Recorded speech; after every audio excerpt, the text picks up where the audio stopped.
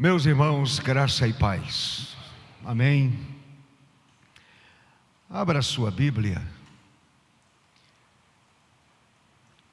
no livro das origens, livro de Gênesis, capítulo 15.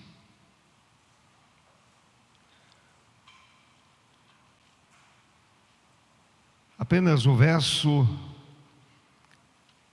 de número 6. Gênesis, capítulo 15, verso 6. Abraão creu na promessa que o Senhor lhe fez, quando o Senhor lhe prometeu um filho, apesar da idade avançada. É verdade que Sara não compreendeu muito bem e nasceu Ismael, mas o Senhor cumpriu a sua palavra. O verso 6 diz: ele creu no Senhor e isso lhe foi imputado para justiça. Ele creu no Senhor, creu na promessa do Senhor e isso lhe foi imputado para a justiça. Podem sentar.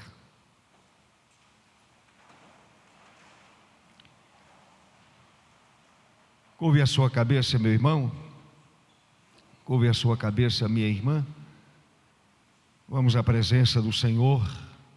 Vamos orar, suplicar a doce assistência do Espírito Santo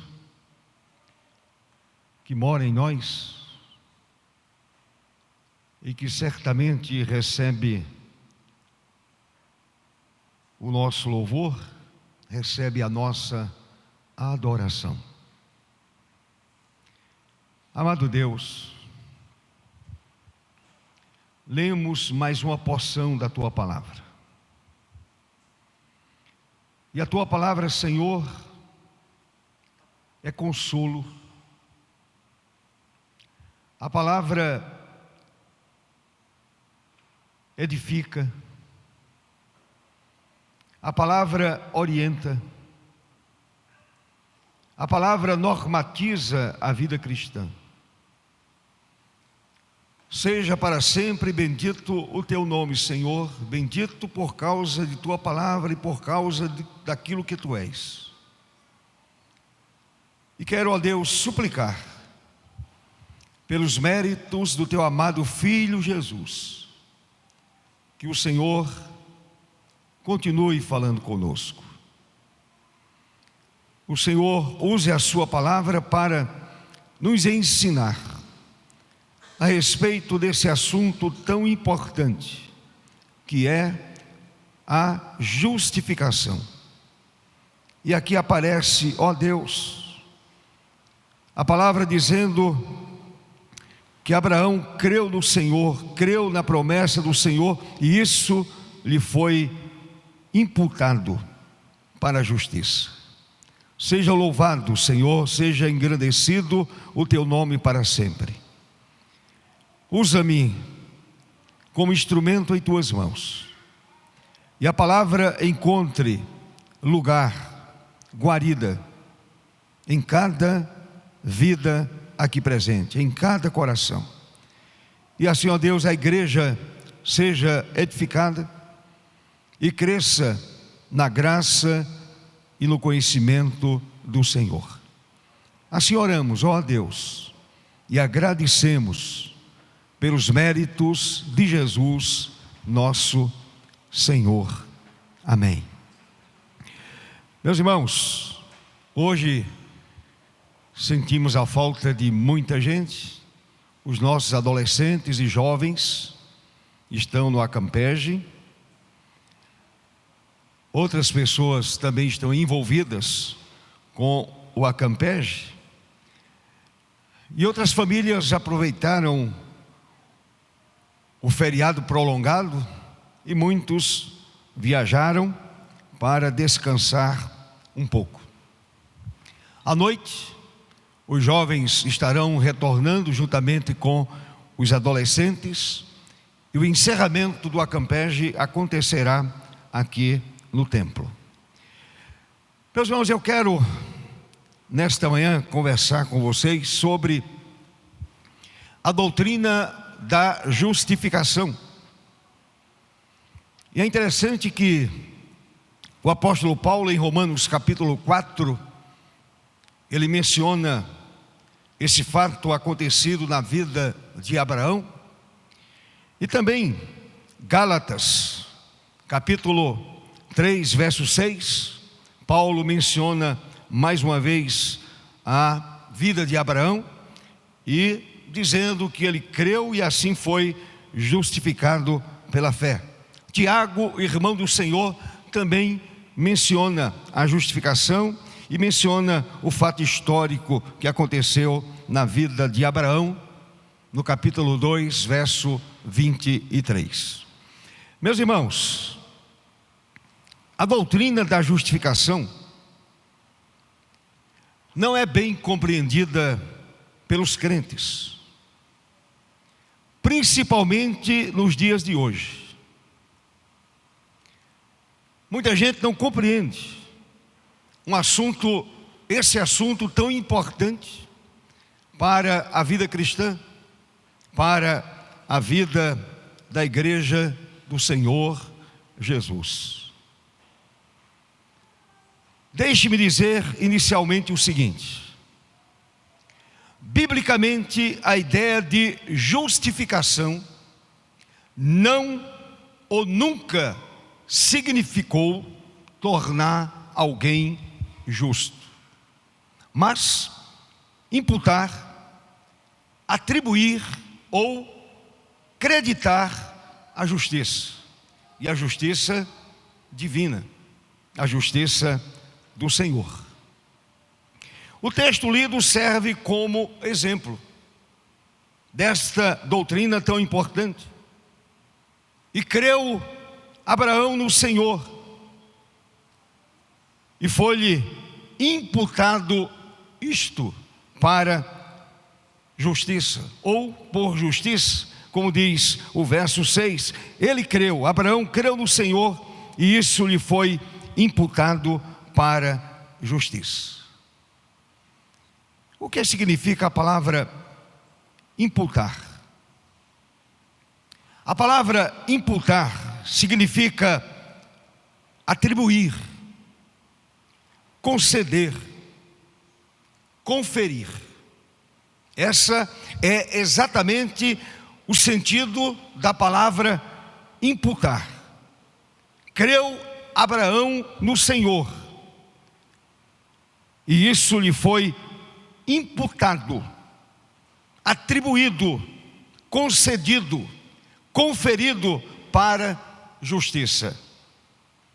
Portanto, meus irmãos, vê-se que aqui se trata de imputar, atribuir ou creditar justiça a Abraão e não tornar Abraão inerentemente justo ou perfeito.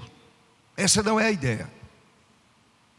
A ele foi atribuído, creditado a justiça, não o tornou perfeito. Essa não é a ideia, de forma nenhuma. É por isso que Paulo escreveu lá em Romanos 8, verso 33. Se você quiser conferir em sua Bíblia, está escrito: quem intentará acusação contra os eleitos de Deus? É Deus quem os justifica. É um ato da soberana graça do Senhor nosso Deus. Para clarear mais o tema, mais o assunto, eu quero nesta manhã, é claro, com a graça do Senhor, suplicando a assistência do Santo Espírito, a fim de que todos nós entendamos essa ideia bíblica de justificação. Para clarear mais o assunto, eu quero declinar, meus amados, 6 proposições que nos ajudarão a entender tão relevante doutrina cristã. Todos nós precisamos compreender essa doutrina, que é reputada como sendo de extrema importância para a vida do povo que chama pelo nome do Senhor, do povo eleito, do povo que foi exatamente justificado pelo Senhor nosso Deus. Primeiro, a origem da justificação do pecador é a graça de Deus. Não é justiça própria. É a graça do Senhor nosso Deus. E preste atenção, meu irmão. Justificação é aquilo que Deus faz por nós, por meio de sua graça. É aquilo que Deus faz por nós. Aquilo que Deus fez por nós, por meio de sua graça, por meio de sua santa misericórdia. O Novo Testamento está cheio de textos que afirmam esta verdade. Por exemplo, Romanos 3, verso 24. Abra sua escritura. Vamos conferir escritura com escritura. Romanos 3, 24. Está escrito: sendo justificados gratuitamente por sua graça, favor imerecido de Deus. Graça misericordiosa do Senhor nosso Deus, sendo justificados gratuitamente por sua graça. Na carta de Paulo a Tito, se você quiser abrir a sua Bíblia, capítulo 3, da carta de Paulo a Tito, a partir do verso 3, observe o que Paulo escreveu. Paulo diz o seguinte, ou escreveu o seguinte: pois nós também, outrora, éramos nécios, desobedientes, desgarrados, escravos de toda sorte de paixões e prazeres, uma vida mundana, sem nenhuma justiça aos olhos de Deus, uma vida perdida, uma vida separada do Senhor, uma vida vendida ao pecado, uma vida morta nos delitos e pecados. Éramos nécios, desobedientes, desgarrados, escravos de toda sorte de paixões e prazeres. Continua Paulo: vivendo em malícia e inveja, odiosos e odiando-nos uns aos outros. Quando, porém, vejam bem, quando, porém, se manifestou a benignidade de Deus, nosso Salvador, e o seu amor para com todos, não por obras de justiça praticadas por nós, nenhuma obra de justiça, nenhuma obra agradava ao Senhor. Aliás, Isaías é muito forte, muito contundente, quando diz que a justiça humana se assemelha a trapo de imundície. Não passa de trapo, e trapo sujo, trapo de imundície. Não por obras de justiça praticadas por nós, mas segundo sua misericórdia, Ele nos salvou, mediante o lavar regenerador e renovador do Espírito Santo, que Ele derramou sobre nós ricamente. Louvado seja para sempre o nome do Senhor nosso Deus. Derramou sobre nós ricamente, por meio de Jesus, nosso Salvador, a fim de que, observem bem, justificados por graça, nos tornemos seus herdeiros, segundo a esperança da glória. Louvado seja Deus. Justificados por iniciativa de Deus. O Senhor atribuiu à minha vida e à sua vida justiça. Não é algo inerente ao pecador. Nunca foi e nunca será. Se você olhar para Romanos 11, verso 6. E aqui, meus amados, Paulo dá o fechamento. É como se Paulo estivesse querendo fechar com chave de ouro esse assunto tão importante.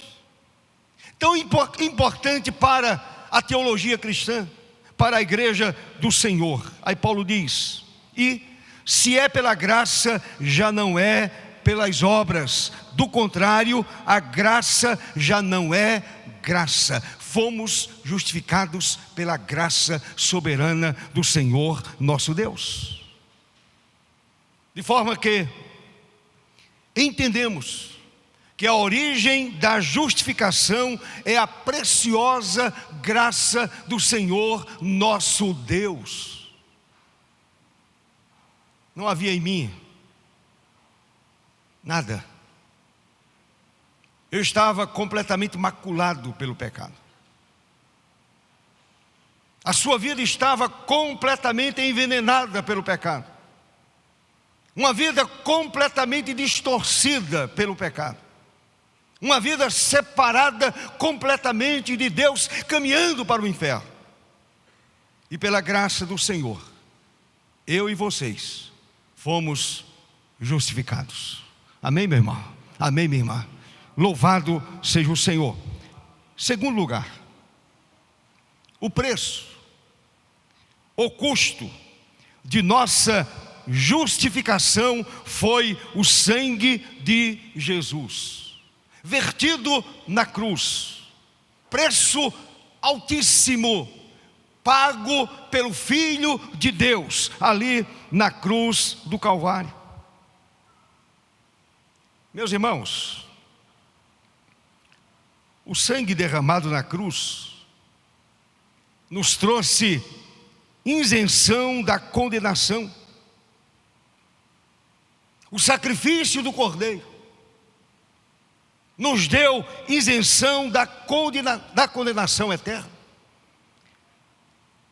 Olhe para Romanos 5, verso 9. Paulo deixa isso muito claro.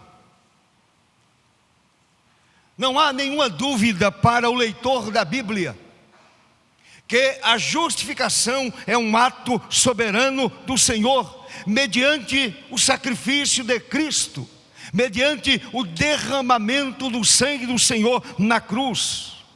Paulo diz assim: sendo justificados, Romanos 5, verso 9, sendo justificados pelo seu sangue, não sangue de um cordeiro morto, um animal morto, não o sangue de um novilho, não o sangue de um bode, não o sangue de um boi, sendo justificados pelo seu sangue, o sangue de Jesus, o derramamento do sangue do Cordeiro de Deus, do Verbo que se fez carne, o derramamento do sangue do Senhor Jesus. Sendo justificados pelo seu sangue, seremos por ele salvos da ira. Isto é, o sacrifício do Senhor, levado a efeito no Calvário, nos livrou para sempre da ira divina, justa ira de Deus, perfeita ira de Deus. A parábola, meus irmãos, de Lucas 18, se você quiser acompanhar em sua Bíblia, Lucas 18, um texto bem conhecido, que trata do publicano e do fariseu. Se você abrir a sua Bíblia em Lucas capítulo 18, veja o que está escrito em Lucas capítulo 18. Esse texto nos dá um exemplo cabal de que a justificação foi inteiramente projeto do Senhor nosso Deus. A partir do verso 13, não vou ler toda a parábola. Verso 13 diz: o publicano, estando em pé, longe, não ousava nem ainda levantar os olhos ao céu, mas batia no peito, dizendo: ó Deus, sê propício a mim, pecador. O pecador nada tem a oferecer a Deus. O que a gente oferece a Deus é exatamente o nosso pecado, que é purgado pelo sangue de Cristo vertido na cruz. Verso 14. O Senhor Jesus disse: digo-vos que este desceu o quê? Justificado. Ele reconhece o seu pecado. Um pecador que se apresenta diante do Deus perfeito, aquele homem imperfeito que não poderia justificar a sua própria vida diante de Deus. O verso 14 diz: o Senhor disse aos seus discípulos: digo-vos que este desceu justificado para sua casa. E o Senhor completa: aquele que se humilha será exaltado. Lembram do fariseu? Senhor, eu sou um bom homem, eu sou dizimista fiel, eu contribuo para o crescimento do teu reino. Olhou para aquele publicano tão pecador quanto ele, mas disse assim: olha, eu não sou igual a esse que está aí. Aquele homem tentava se justificar diante de Deus. E o homem não pode e jamais se justifica diante do Senhor. O publicano batia no peito e dizia: sê propício a mim, pecador. Meus irmãos, o publicano teve os olhos de sua fé voltados para o propiciatório, salpicado de sangue, e voltou justificado para sua casa. Ele olhou para o propiciatório e o viu salpicado de sangue, e ele voltou justificado para a sua casa. Ele não pediu a Deus que pusesse de lado a retidão de seu julgamento. Ele disse: Senhor, ele não disse: Senhor, por favor, põe de lado e esquece a retidão do teu julgamento. Ele não disse isso. Ele não disse: Senhor, por favor, esquece a tua perfeita justiça, a fim de que eu me livre da justa condenação que mereço. Ele não ora dessa forma. Ele não pede isso a Deus. Ele diz: Senhor, sê propício a mim, pecador. devasso pecador, perdido pecador, separado de ti, caminhando para a morte eterna. Sê propício a mim, pecador. Mas ele pede que o Senhor aceitasse o preço de seu resgate, que era exatamente o sangue da aspersão. Sê propício a mim, pecador. Senhor, que o sangue da aspersão seja agora aspergido sobre a minha vida. E ele sai justificado para casa. Então, o preço de nossa justificação é o sangue de Cristo Jesus. É o preço, alto preço, um valor imensurável. O sacrifício de Cristo é o preço de nossa justificação. A pergunta é: você merece? Ou você mereceu? Eu mereço? Nós merecemos? Nunca. Não merecíamos e continuamos sem merecer os favores de Deus. Em terceiro lugar, o instrumento da justificação é a fé com que aceitamos o Salvador. O teólogo americano chamado Adam Clarke, ele escreveu o seguinte: a fé é o elo, o vínculo, o laço, o nexo entre o crente e Cristo. E ele acrescenta: a fé não é o fundamento da justificação, porque a fé do crente é imperfeita, não expia a culpa, não remove o castigo ou penalidade, não é da natureza da expiação. Portanto, meus amados irmãos, a fé é apenas o elo, o vínculo, o laço. A fé do crente é imperfeita, porque a fé do crente não expia a culpa.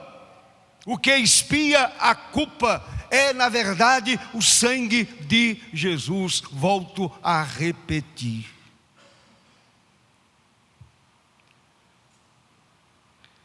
A fé nos une a Cristo, e a união com Cristo resulta em justificação.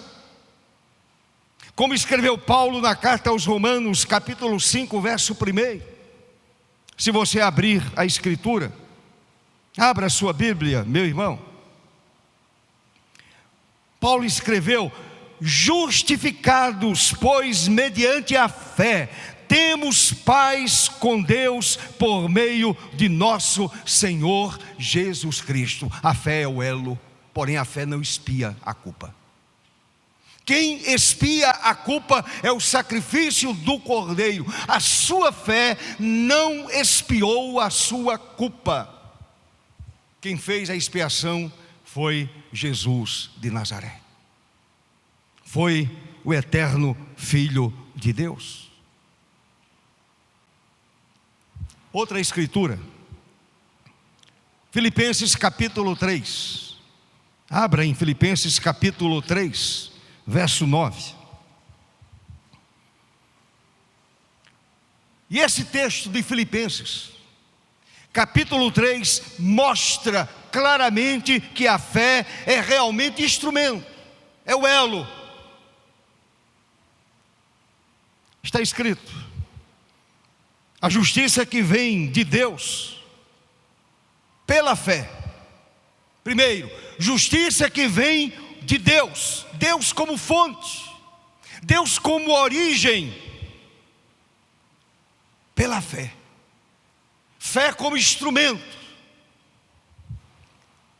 Repito, a justiça que vem de Deus pela fé. Justiça que vem do trono, justiça que vem do alto, justiça que emana de Deus, Deus como fonte primária. pela fé, que é o elo. Fé aqui como instrumento. Portanto, o instrumento da justificação é a fé, com que aceitamos o Salvador. Espero que você tenha compreendido isto, meu querido irmão. Certamente esta verdade dará maior segurança a você. Em quarto lugar, a prova ou quitação da justificação é a ressurreição de Cristo Jesus. Se Ele tem morrido vertendo seu sangue no Calvário, e não tivesse vencido a morte, não tivesse deixado a sepultura, estaríamos todos nós aqui perdidos.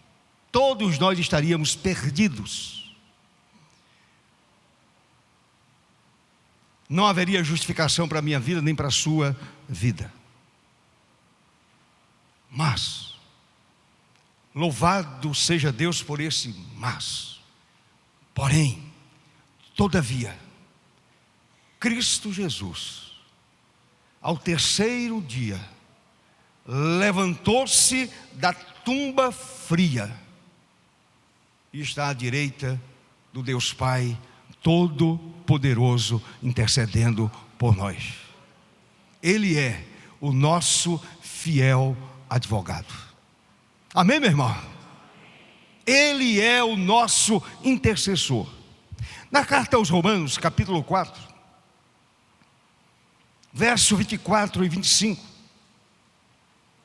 Romanos 4 está escrito, verso 24 e verso 25. Cremos naquele que dos mortos ressuscitou a Jesus, nosso Senhor, o qual por nossos pecados foi entregue. O meu pecado levou Jesus à cruz. Por nossos pecados foi entregue à morte bárbara da cruz. E ressuscitou por causa de quê? Da nossa justificação. Se o túmulo estivesse ocupado, eu e vocês não estaríamos aqui. Ou então estaríamos adorando a um Senhor morto, que morreu numa cruz, mas não venceu a morte. Glória a Deus, que nós adoramos a um Senhor vivo, que está presente aqui entre nós. De modo que a promessa divina é que a justiça é imputada àquele que crê naquele que dos mortos ressuscitou a Jesus. E a ressurreição de Cristo dentre os mortos é a evidência de que sua morte satisfez plenamente e finalmente a justiça de Deus em relação aos pecados do crente. O sacrifício do Cordeiro satisfez plenamente a justiça de Deus em relação aos meus pecados. Por esta razão eu sou justificado e você é justificado. Entendeu, meu irmão? Jesus foi entregue por causa dos meus pecados pessoais, por causa dos seus pecados pessoais, e ressuscitou para a minha justificação e para a sua justificação. Aleluia. Em quinto lugar, o juiz que nos justifica é Deus. O juiz que nos justifica é Deus. Ele é o juiz de toda a terra e está acima de qualquer tribunal de apelação. Ele é o juiz de toda a terra, acima do qual não há tribunal de apelação. Ele está acima de qualquer tribunal de apelação, se porventura existisse. Louvado seja Deus, que o Senhor está acima de tudo. Acima do qual, acima de Deus, não há tribunal de apelação. O diabo não pode apelar. O inferno não pode apelar. Fomos declarados justos. A justiça divina nos foi imputada, melhor dizendo. A sentença do Senhor, ela é final e irrevogável. Amém, meu irmão? Isso dá segurança ao crente. A sentença de Deus é final e irrevogável. Daí o desafio da fé, proposto por São Paulo em Romanos 8:33. Aquele texto maravilhoso que tanto nós gostamos e amamos. Quem intentará acusação contra os escolhidos de Deus? É Deus quem o justifica. O diabo pode se levantar, o inferno pode se levantar, o mundo pode se levantar. Aí Paulo pergunta: quem intentará acusação contra os escolhidos de Deus? É Deus quem os justifica. Não há tribunal de apelação. Estamos seguros. O Senhor nos imputou a sua justiça. Por esta razão, vamos para a eternidade. Em último lugar, meus irmãos, a evidência perante os homens, e aqui é importante, preste bem atenção. A evidência perante os homens de que somos justificados consiste em nossas obras. Como é, pastor? O senhor pregou o tempo inteiro que não há justiça em nós? Eu estou falando do ato seguinte. Eu estou falando depois da justificação. Vou repetir. Observem bem. A evidência perante os homens de que somos justificados consiste em nossas obras. E eu quero trazer um texto de Tiago, capítulo 2, verso 24. Tiago escreveu: vedes, então, que homem algum é justificado pelas obras.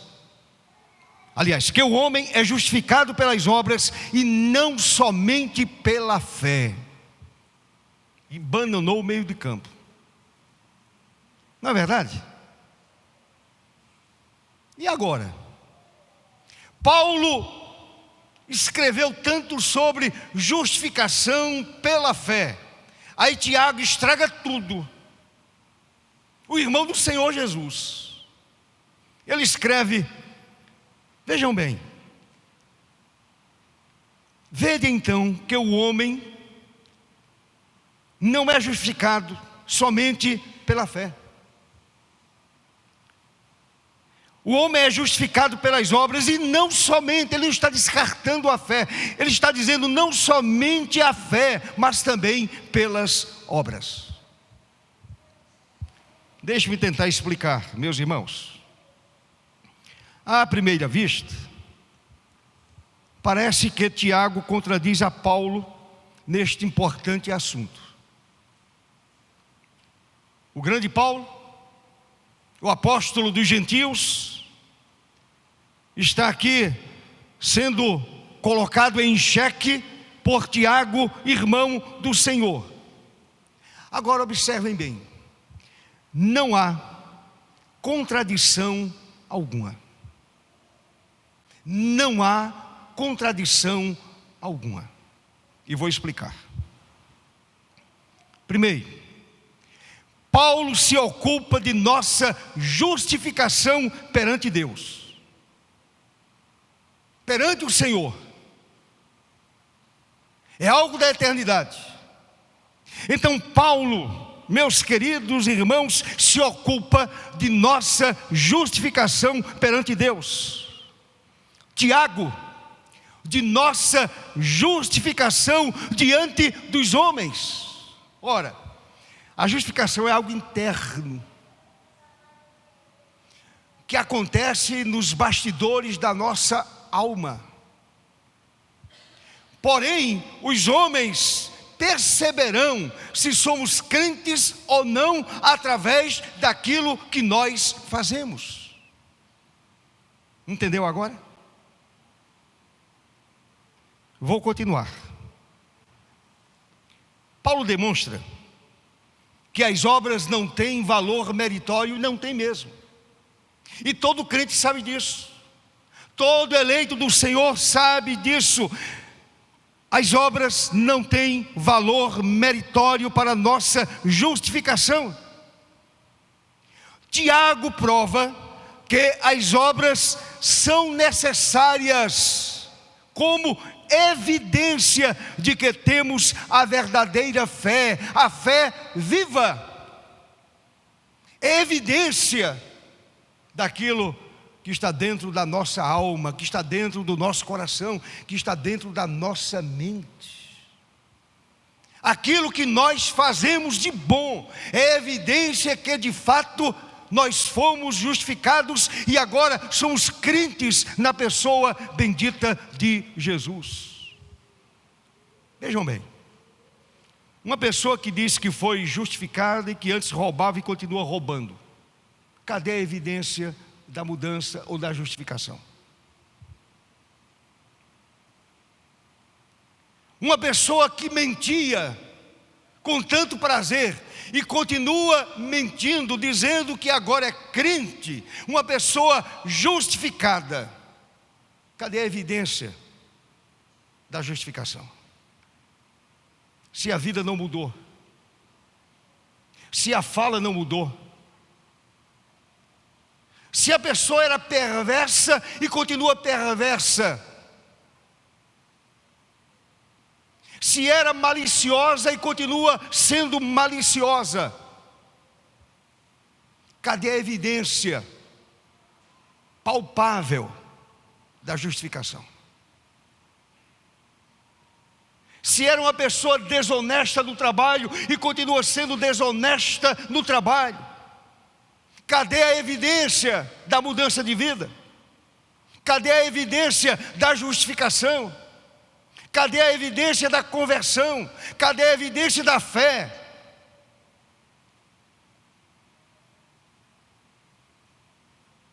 Se antes era adúltero, continua sendo. Se antes se prostituía, continua se prostituindo. Evidência. Tiago está falando de evidência. Tiago prova que as obras são necessárias como evidência de que temos a verdadeira fé, a fé viva e não a fé morta. Portanto, não há contradição, meus irmãos. A fé morta nada opera, nada faz. Deixe-me ampliar. Paulo sinaliza, como já disse, uma transação íntima, invisível entre o pecador e Deus. É uma transação da alma, da interioridade, do coração humano. É algo entre o Deus soberano e o pecador aqui na terra. Tiago encara a necessidade de mostrar o crente a sua fé, tornando-a visível por suas obras diante dos homens. Como é que eu torno a minha fé visível? Através daquilo que eu faço, através daquilo que eu digo. Como disse Jesus em Mateus 5,16: assim brilhe também a vossa luz diante dos homens, para que vejam as vossas boas obras e glorifiquem a vosso Pai que está nos céus. O crente não foi salvo pelas obras. Quando Paulo escreve a carta aos Efésios, no capítulo 1, ele disse que o crente foi salvo para as obras. O justificado apresenta boas obras. Enfim, se compararmos a justificação a uma árvore, Paulo se ocupa das raízes. Ninguém enxerga as raízes, ninguém vê as raízes. Paulo se ocupa das raízes e Tiago se ocupa dos frutos. Não há contradição. Tiago está dando complemento à doutrina paulina. Não há nenhuma contradição. Paulo se ocupa com as raízes e Tiago se ocupa dos frutos. E podemos afirmar que aquele que é justificado por Deus apresenta visivelmente os frutos da justificação. Quem é crente apresenta os frutos da justificação. Se não apresenta esses frutos da justificação, infelizmente eu digo, continua essa vida morta nos seus delitos e pecados. E o seu destino derradeiro é a separação para sempre de Deus. Aquele que foi justificado apresenta os frutos da justificação. Pelo fruto a gente conhece a árvore. É bíblico. Pelo fruto se conhece a árvore. Em síntese, meus irmãos, em síntese, para encerrar, a justificação resulta, primeiro, remissão de pecado. Segundo, aceitação diante de Deus. Terceiro, direito à vida eterna. Quarto lugar, aumento da graça para a santificação. Creu Abraão no Senhor e foi-lhe imputado isto para justiça. Louvado seja o nome do Senhor para sempre. A Abraão, a justiça divina lhe foi atribuída. Não era homem perfeito, como nós não somos, mas estamos sim justificados eternamente perante Deus por causa de Jesus nosso Senhor. Amém.